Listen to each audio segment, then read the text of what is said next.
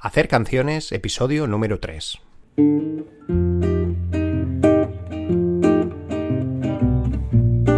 Bienvenidos y bienvenidas a Hacer canciones, el programa donde hablamos del maravilloso mundo de las canciones. Nos interesa su historia, sus mecanismos, su magia, su todo. Nos gustan las canciones y queremos saber más y más de ellas. No solo eso, sino que queremos hacerlas, escribirlas y cantarlas. Está al alcance de cualquiera. No hay que tener superpoderes, ya lo veréis. Yo soy el Señor Imposible y voy a acompañaros en este fantástico viaje a través de la música y las palabras. Hoy hablaremos de lo más básico de lo básico, de los fundamentos esenciales de una canción. Vamos a ello. ¿Por qué existen las canciones? Esa podría ser una primera pregunta que responder. O, por decirlo de otra forma, ¿por qué cantamos? Es una pregunta que no se suele hacer o tiene respuestas, digamos, psicológicas, como por ejemplo, porque estoy contenta o porque estoy triste, o también otras más o menos genéricas, como por ejemplo, porque me gusta o porque lo necesito. También existe una respuesta, llamémosle científica, que viene a decir que el ser humano está diseñado para crear canciones y cantarlas, que somos la criatura perfecta para componer estos artefactos, que en definitiva no tenemos elección, que existen ellas igual que existimos nosotros y nosotras como especie. Hablemos un poco más desde esta perspectiva. ¿Cómo es que cantamos? ¿Cómo sucede concretamente algo así? Por un lado, tenemos el sonido mismo, el fenómeno físico, la propagación de ondas a través de un medio, la razón por la que escuchamos algo. Esas ondas son la consecuencia del movimiento vibratorio generado por un cuerpo. Por ejemplo, nuestro aparato fonador, es decir, nuestra voz, o cualquier otra actividad o accidente natural que produzca esas vibraciones. El medio que las lleva de un punto a otros puntos tiene que ser fluido o elástico en alguna medida para poder propagar esas ondas. Por ejemplo, el agua, el aire.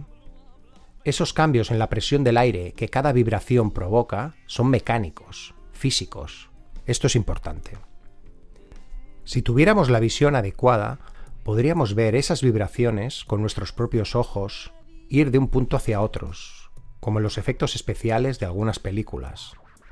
Pensad en las ondas circulares que provoca una piedra lanzada en un estanque, o al flujo de agua que sale de una manguera chocando y modificando otras ondas que pueda encontrar en su camino. Más tarde, si hay suerte, esas ondas son percibidas por nuestro oído, aunque solamente una parte de ellas. Primero, captamos aquellas ondas sonoras que la membrana del tímpano puede transmitir. Después, la señal mecánica recogida por el tímpano se transforma en impulsos nerviosos en el oído interno. Finalmente, los impulsos nerviosos a través del nervio auditivo son enviados e interpretados por el cerebro. En lo que aquí nos ocupa, la música producida con instrumentos o el sonido de las palabras al ser pronunciadas hacen todo ese camino antes de llegar a nuestra cabeza. Hasta aquí el nacimiento y viaje de lo que llamamos un sonido. Pero hay algo más. Por otro lado, tenemos el significado, las palabras, que tienen también su propio sonido, como la poesía sabe muy bien. Por lo tanto, tenemos que hablar de las letras de las canciones. Sucede que ese conjunto de sonidos que llamamos palabras no son solamente un sonido, sino que esas vibraciones específicas están asociadas a uno o varios referentes en nuestros cerebros, que reciben esos sonidos y los relacionan con sus contenidos mentales. Si digo la palabra árbol, cada oyente pensará en un árbol. Cada uno su árbol o árboles particulares, sus propios referentes, pero en principio, si no sucede alguna distorsión en el proceso, siempre será un árbol. El significado de las palabras es una convención, un acuerdo entre un grupo de hablantes por el que al pronunciar palabras, frases, etc., más o menos nos entendemos. Toda esta explicación os puede haber parecido un poco técnica o teórica, pero tiene una importancia enorme a la hora de entender cómo escuchamos y percibimos nuestras canciones preferidas, cómo están hechas, por qué un elemento se presenta de una forma determinada y no de otras. Entonces, ¿por qué esta combinación? ¿Por qué no solo palabras o no solo música?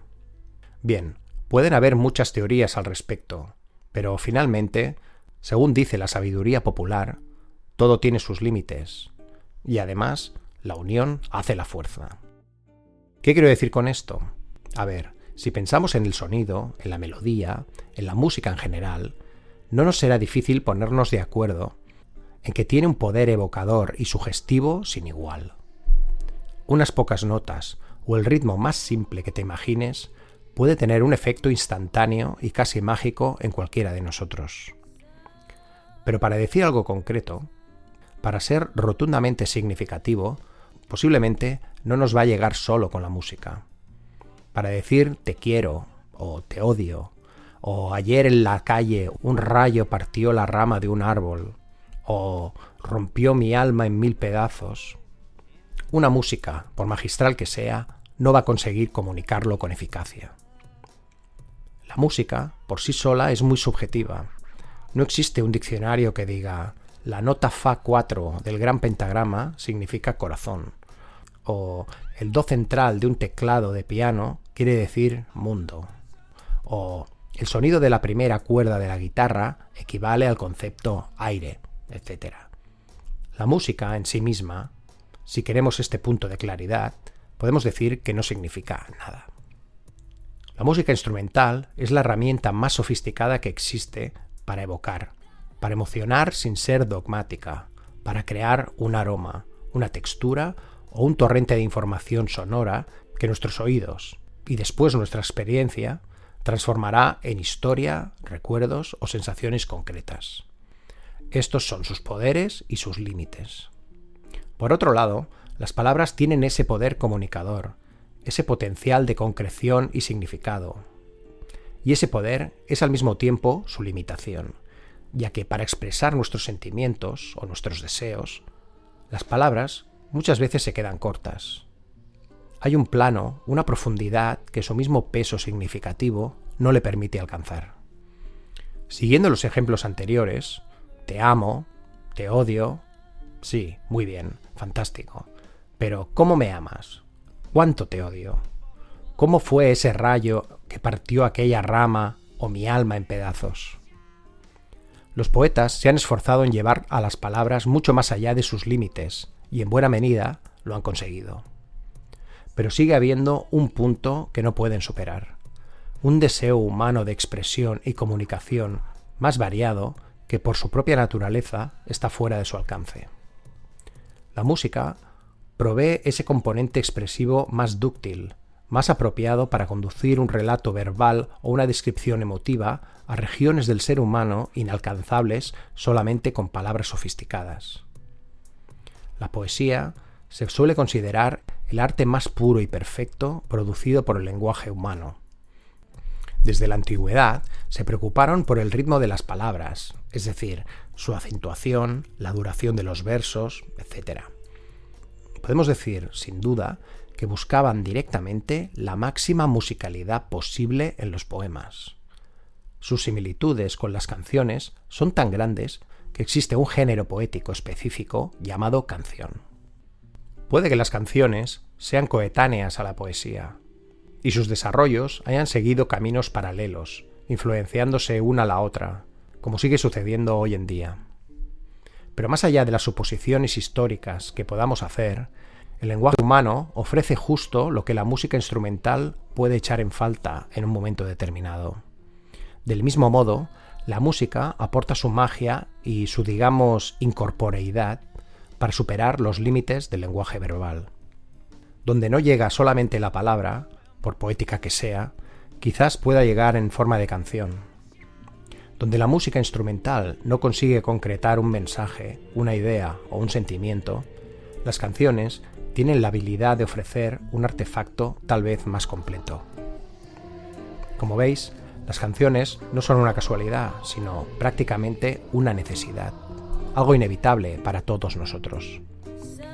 La misma necesidad, seguramente, que tenemos de escucharlas y de cantarlas. Eso es todo por hoy.